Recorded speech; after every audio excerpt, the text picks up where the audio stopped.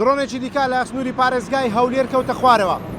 دوای نیوەڕۆی ئەمڕۆ بە دیاریکراوی لە سەر شەقامی 150 مەتری لە پێش پرۆژەی کوردستانستی و لە نێو پرۆژەی یۆنانستی کە پرۆژەیەکە تازە دەستی بەکارەکانی کردووە، درۆنێک دەکەوێتە خوارەوە. من قسەم لەگەڵ چەند شاد حاڵێک کرد لە نێو پرۆژەکە، ئەوان باسییان لەوە کرد نزیکی کاژمێر سێ ئەوان هەستیان بەوە کردووە درۆنێک لە نێو پرۆژەکەی کە دەستنە شوێنەکە دەبینن بەڵێ درۆنێک لەوەیە و ئەوان لایانی پەیوەندیدارن لێ ئاگادار کردێتەوە. من سەردانی چەماڵێکم کرد لە نزیکی پرۆژەکە، ئەوان باسییان لەوە کرد کاژمێر سێ گیان لە دەنگێکی گەورە بووە کە پێ دەچێت سیستەمی بەرگری وەڵامی دابێتەوە. قسەی ئەوانە دواتر درۆنێک دەکەوێتە نێو پرۆژەی یۆنانستی و لێسادا تیمێکی زۆری ئەمنی لێرەیە بۆ ئەوەی بۆمبەکە یاخود درۆنەکە پوچەڵ بکەنەوە و بەبێ ئەوەی زەرەر و زیانی گیانی و مادی هەبێتن.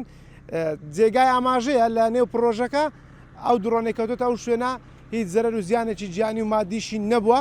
لێستا تیمەکانی ئەمنی خەریکی پوچەڵکردنەوەیە. ئەمە لە دوایەوە دێت لە دوای شەڕی ئێران و ئیسرائیل ئەمە دێمین درۆنە لە سنووری هەرێمی کوردستان دەکەوێتە خوارەوە.